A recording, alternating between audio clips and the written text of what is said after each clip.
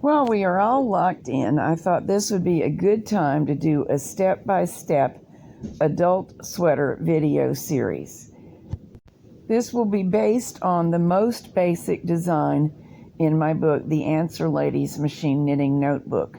We will be knitting the shapes of pieces that you see here.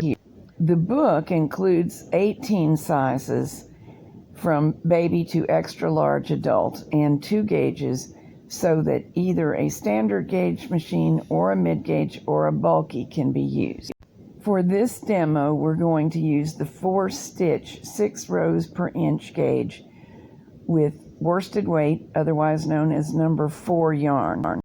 All bulkies and many mid-gauge machines can knit at this gauge, and my reasoning is that worsted weight or number 4 yarn is the yarn you're most likely to have on hand or have access to.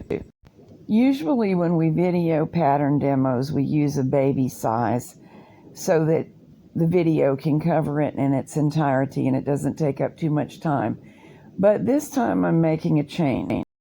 We will knit an adult sweater that finishes to 46 inches in the chest.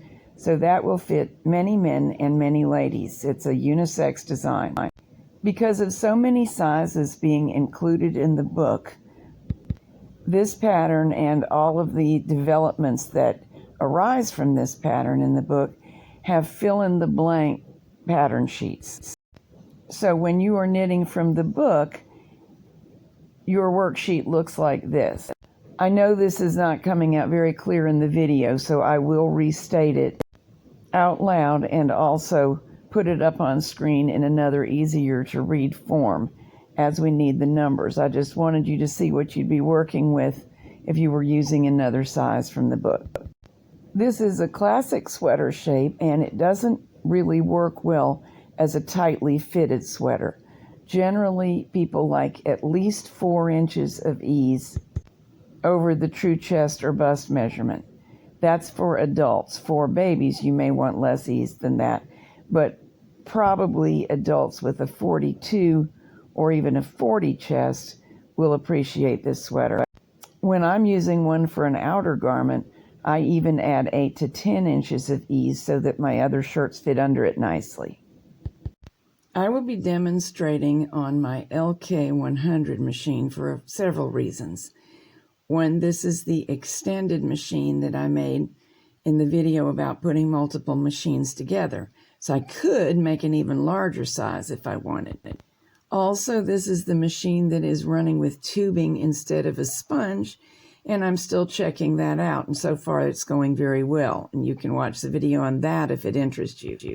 Also, this is the very simplest bulky machine that I have, and I want to demonstrate that no bells and whistles are needed to knit a sweater. So I'll do it in front of your eyes on my most basic bulky, and you can do it on your Bond, Singer Studio brand like this, or almost certainly whatever bulky you have. It's very likely you can also make it on whatever mid-gauge machine you have. Mid-gauge machines will do a nice job of worsted weight yarn if it's a soft one like this one. I'm using Premier Everyday Worsted. As far as I can tell, that's exactly the same as Deborah Norville Everyday Worsted, and both of them are really excellent. They truly don't pill, as the label states, and they have a wonderful drape and a soft hand. They wear a long time. They're nice to work with and very comfortable to wear. Here's the package information on the yarn in case you do have a chance to go looking for it.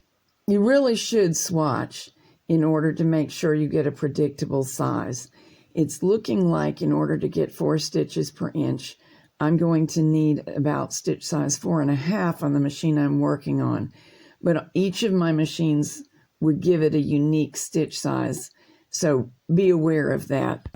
On one of my others, I'd probably be 5, and the other probably 6. If you simply cannot match the gauge, here's some helpful information. If you get 4.5 stitches per inch, your version of the design will come out about 41 inches in the finished chest measurement. If you're getting 3.5 stitches per inch, it's going to come out about 52 inches around. If one of those sizes is actually fine with you, feel free to use a yarn that gets that gauge, because I know shopping is a little tough. You may have to use what you have on hand. But that does serve to illustrate the kind of difference getting the correct gauge can make. So what we're going to do is take this in bite-sized pieces, starting with the back. In the next video, we'll start with waste yarn, cast on, and knit the ribbing. I have to keep these videos relatively small in terms of data packages because I'm limited right now with how much I can load on the internet every day. But I will make every effort to keep them coming in a timely fashion, and pretty soon we'll all have new sweaters.